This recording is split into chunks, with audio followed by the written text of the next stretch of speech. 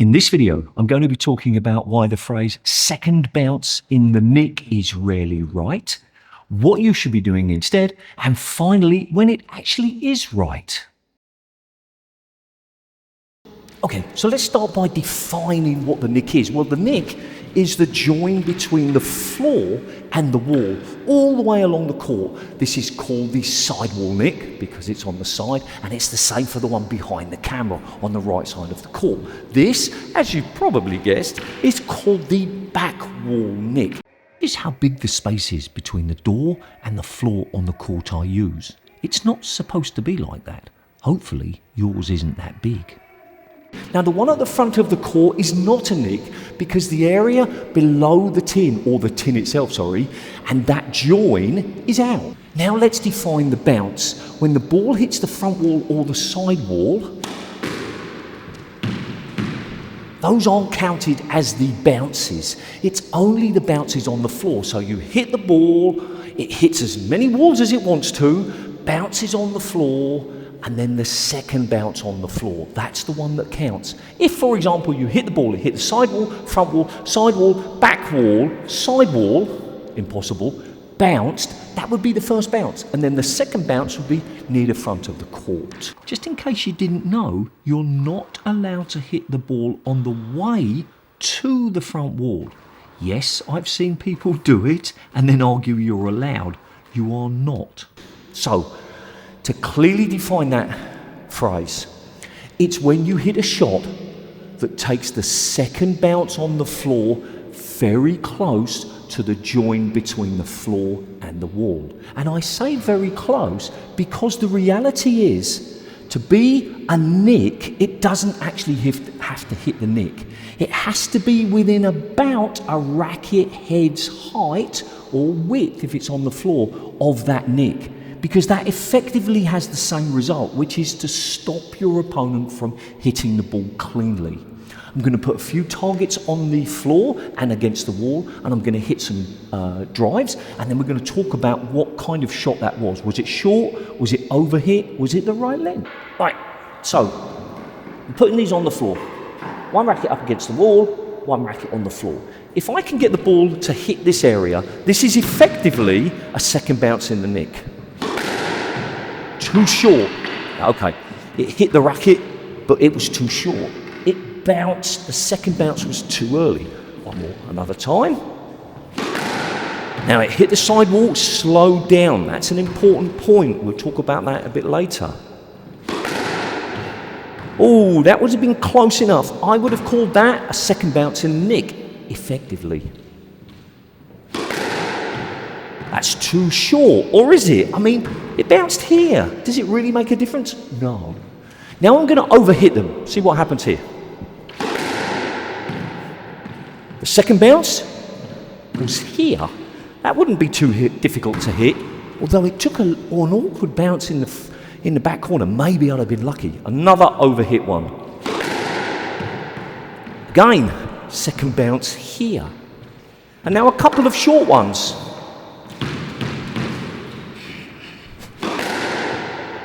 Second bounce here. A little bit less time for your opponent than the overhit ones, but still in the same position. Definitely too short. If you hit those kind of shots, the second bounce in the nick, what are you doing? You are forcing your opponent to hit the ball. Just want to pause for a moment. I just used the phrase, forcing your opponent to hit the ball. What I should have said is, forcing your opponent to hit the ball before it gets into the corner, or forcing your opponent to rush. This means the only kind of pressure you're giving them is less time. Now, there might be some times when that's a good thing. Maybe your opponent is slow. Maybe your opponent is tired. Maybe your opponent is very tall and actually getting down is difficult for them. There could be good reasons, but most of the time, if you are playing somebody of the same standard as you should be hitting a different length. Now, if you are playing somebody where you are much better and it's a competitive match, that would be another reason to hit second bounce in the nick. But most of the time, you're playing somebody similar. So what is the better length? Well, the better length is, told you about the sidewall already. When the ball hits the sidewall, it slows down. If I can make the ball hit the sidewall here and hit somewhere around here, but your opponent thinks it's going to come off the back wall, but doesn't, or it doesn't come off enough, that is the great length. Because they leave it, they wait, they give themselves time, but then they can't get behind it. And that's why you see pros and very high-level players rallying up and down the wall. They could easily play second bounce in the nick, but they'd just be hitting the ball. There'd be no reason for a back wall. The reason for the back wall is to get your opponent stuck and get them limited with the swing. Now, of course, pros have less worry about getting the ball out of the back corner, but they still play that shot. And against your level, competitive club players, that's what you should be doing. So let me try and hit some what I would consider perfect lengths. And let's see if I can make the ball just touch that sidewall right in the back corner to slow it down at the last moment. I probably won't, but I'll try.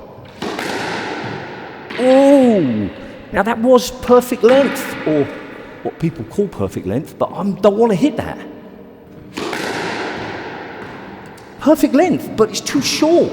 I'm going to be forcing my opponent to hit it. Too high. Now, I will admit, it's difficult for me to hit these perfect lengths or great lengths, too short, in such a sterile situation. If I'm rallying up and down the wall, it's easier.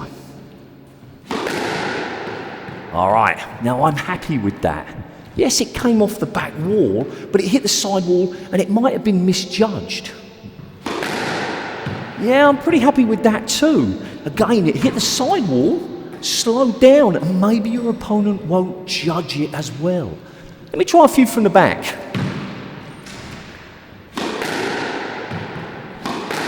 These are too high, aren't they? That's too short. This is good. I thought I might be able to get that. Okay, here come. All right, this is okay. This is good. Now, here we go. Oh, I'm pretty happy with that. I should have played it. Too high. Tight though.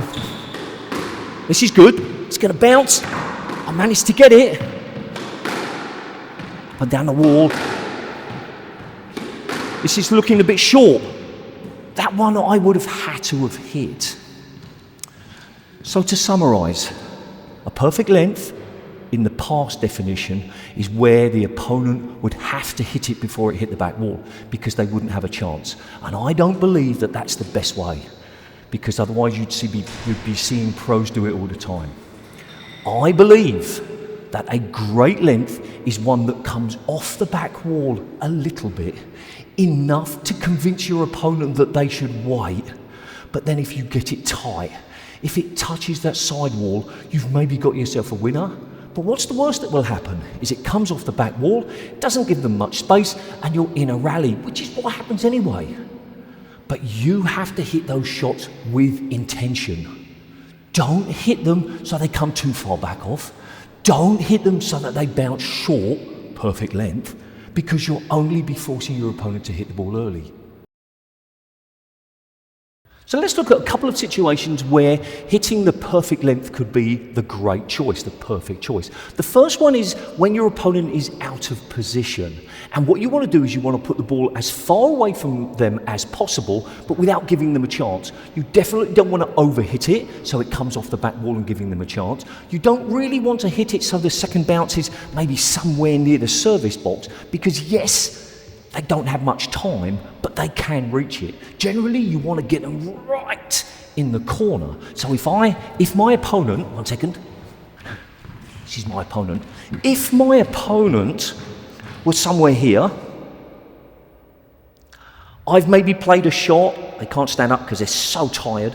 I've maybe played a shot that forces them into a boast. I want to hit the second bounce. Now, that shot was actually really bad because it came quite far off. But that's the kind of shot that you should be hitting second bounce in the nick.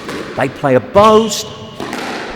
Again, he hit the sidewall. It didn't do what I wanted to. So it's not that easy, is it? Well, not for me anyway. One more time.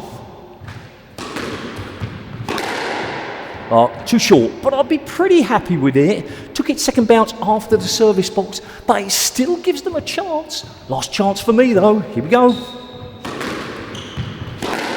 Hit the sidewall, gosh darn it. So that's why it can be difficult to play second bounce in the nick, because you've got to judge it really well. Now the second reason to play second bounce in the nick is from a working boast. Now a working boast is sometimes called a two-wall boast. A two-wall boast is when the ball hits the front wall, bounces, and then goes very close to the nick. A three-wall boast is when the ball hits the side wall, something like this.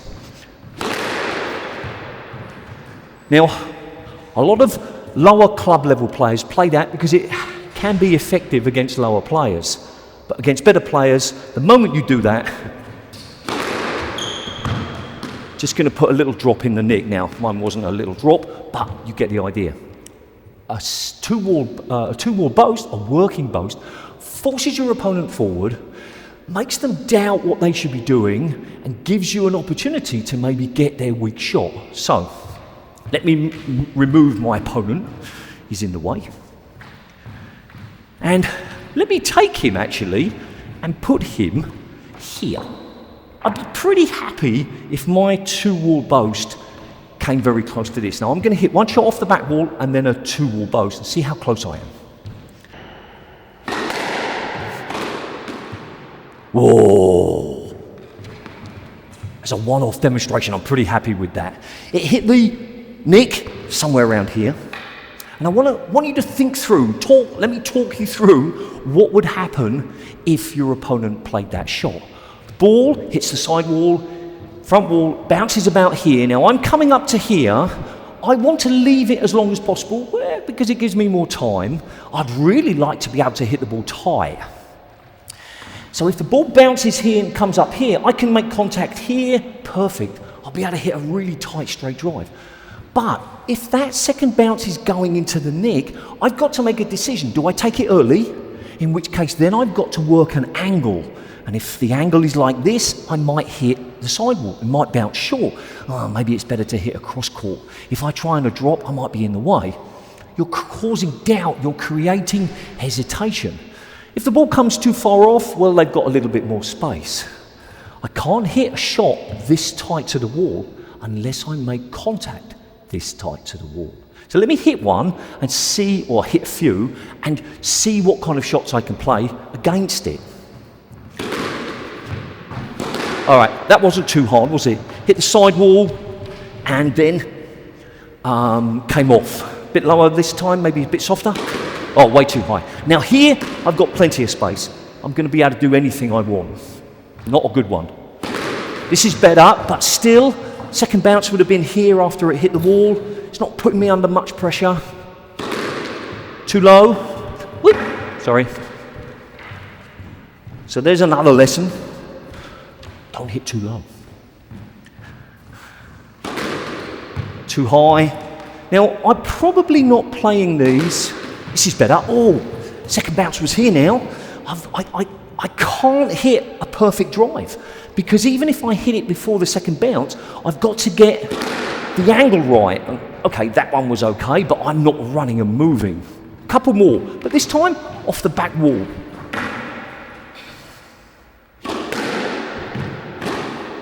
Oh, too low. Didn't learn my lesson. Another one. Yeah, a bit too short. One more.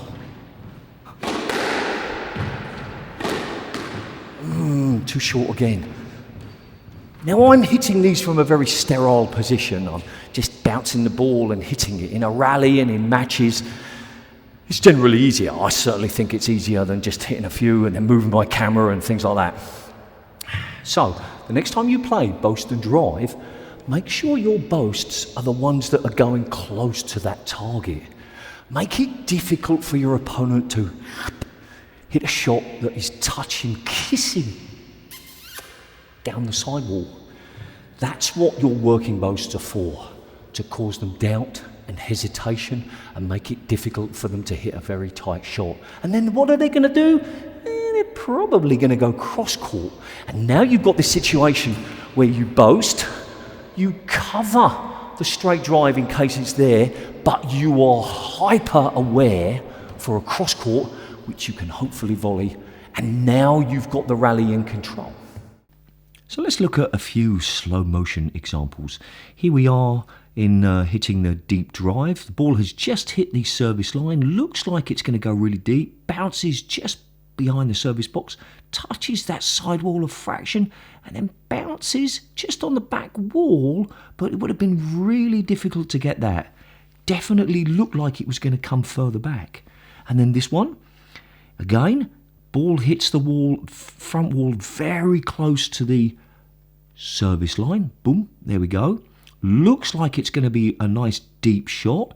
Where does it hit the floor? Just at the back of the service box. Miraculously touches that sidewall and really slows down. Hits the back, but that's where it would have finished, but it would have been difficult to get.